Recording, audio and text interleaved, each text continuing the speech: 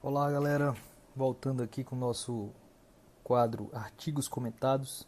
Meu nome é Calil Feitosa, sou médico emergencista e hoje nós vamos comentar um artigo que foi muito importante para o manejo da via aérea na parada cardiorrespiratória, certo? Vamos falar do artigo Airways 2, publicado no JAMA em 2018, e foi um artigo que realmente foi definidor de conduta, né? Esse artigo ele foi desenhado para responder a seguinte pergunta, tá? Com relação à estratégia de manejo da via aérea avançada na parada cardiorrespiratória e extra-hospitalar, né? Se utilização de um dispositivo supraglótico, mais precisamente a máscara laríngea, que foi o que foi utilizado nesse estudo, ou intubação orotraqueal. Qual que fazia mais diferença, vamos dizer assim. E vamos lá. Esse estudo ele foi realizado no serviço de pré-hospitalar do Reino Unido, né? Aliás, tem outro artigo aqui comentado que é o Paramedic 2 Trial, também foi realizado nesse serviço. Como eles conseguem realizar estudos em uma doença que é tão difícil que é a parada cardiorrespiratória, né? Eles têm uma organização muito bacana para isso, né? E como eu falei, a estratégia, a intervenção é essa. Foi realizado um grupo cuja intervenção foi dispositivo supraglótico, máscara laríngea, mais especificamente uma máscara laríngea chamada iGel, tá? Aqui sem nenhum conflito de interesse, mas a gente tem que dizer qual que foi utilizada no estudo para ser mais fiel. Inclusive é uma crítica ao final do estudo, ou intubação orotraqueal, realizadas por paramédicos, né? Então aqui cabe uma contextualização de como funciona o serviço pré-hospitalar do Reino Unido, né? O serviço que funciona com paramédicos treinados, né? Então foi um trabalho grande no qual é, nós tivemos quase 10 mil participantes, né? Pacientes é, alocados para esse estudo, né? Nos dois grupos. E a questão mais relevante, né? O desfecho primário desses estudos principais, o desfecho primário é a escala de ranking modificada na alta ou 30 dias após a parada cardiorrespiratória. Como foi feito por um serviço pré-hospitalar, então paradas cardiorrespiratórias extra-hospitalares, tá? Então, desfecho primário é isso. Então, eles classificaram em dois grandes grupos de desfecho da escala de ranking modificada. Para quem não conhece a escala de ranking é uma escala de avaliação neurológica, de funcionalidade neurológica. Então, dá um Google aí e procura o quadrinho da escala de ranking. Ela vai de 0 a 6, né? Sendo que 6 é óbito, é o pior desfecho, e 0 é funcionalidade plena, né? Sem nenhum dano neurológico. Então eles dividiram em dois grandes grupos, de 0 a 3 definiram como bom desfecho, de 4 a 6 como desfecho ruim, certo? Isso foi o desfecho primário. Qual a funcionalidade neurológica desse paciente?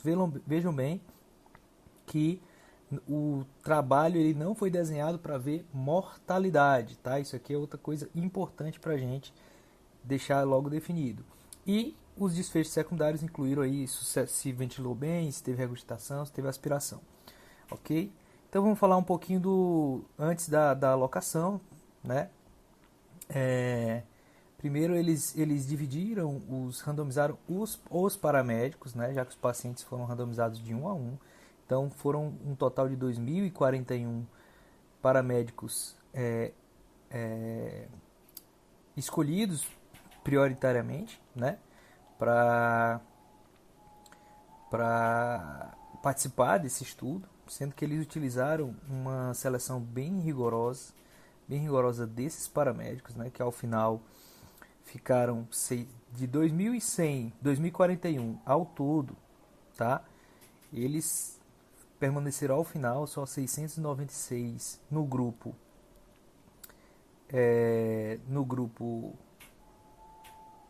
de intubação orotraqueal e 686 no grupo de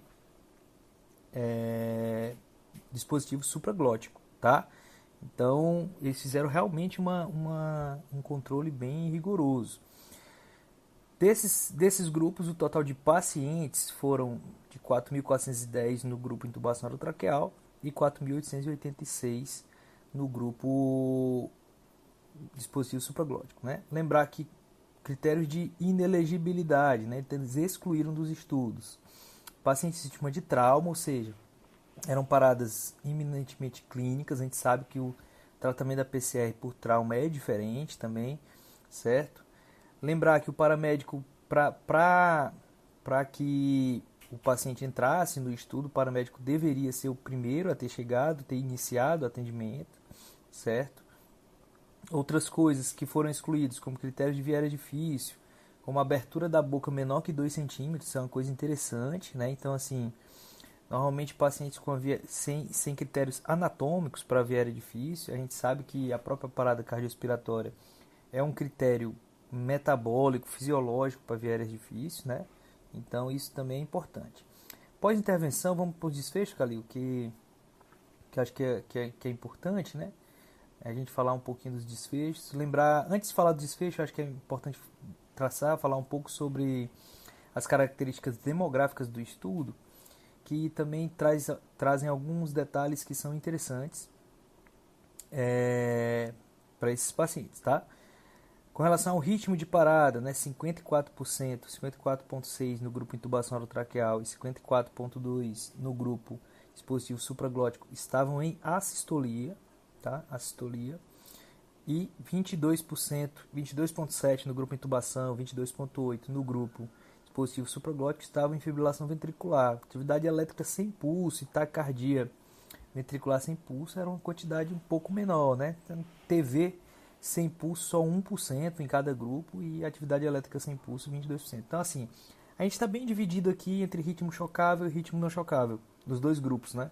Então, a população é bem parecida com relação à causa da parada cardiorrespiratória, certo? Então, isso é interessante, certo? Para a gente já entender como aconteceu. Com relação aos resultados, ao desfecho primário, o que é que a gente teve? Acho que está todo mundo aí querendo saber o que é que deu, né? Então, assim, com relação ao desfecho primário, que eles dividiram em bom desfecho e desfecho ruim, a gente viu que não houve diferença significativamente estatística entre os dois grupos, certo? No grupo intubação orotraqueal, e atentem também como o desfecho na parada cardiorrespiratória é ruim, né? A gente ainda precisa trabalhar para que isso melhore.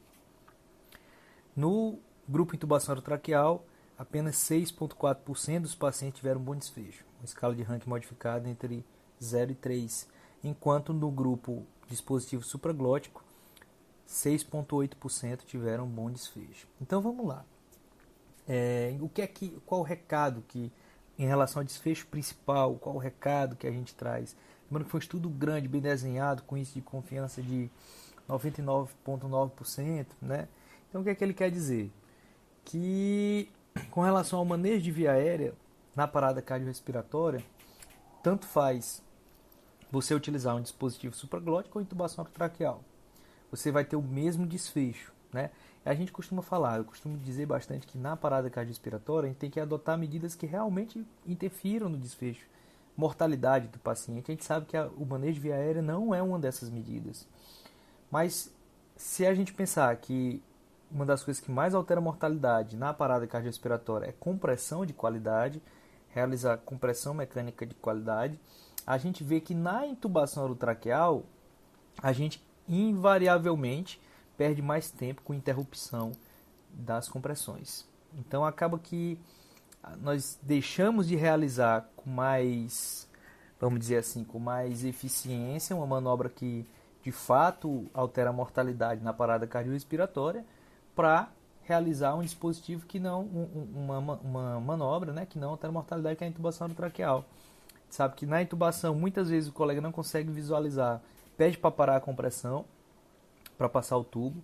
Depois que para a compressão, vai checar a posição do tubo, se não está seletivo, algo do tipo, auscultando, até ligar a capnografia em forma de onda. A gente sabe que infelizmente muitos serviços não possuem capnografia em forma de onda, mas mesmo com a capnografia em forma de onda, você ausculta para estar seletivo ou não, né? E isso atrapalha bastante.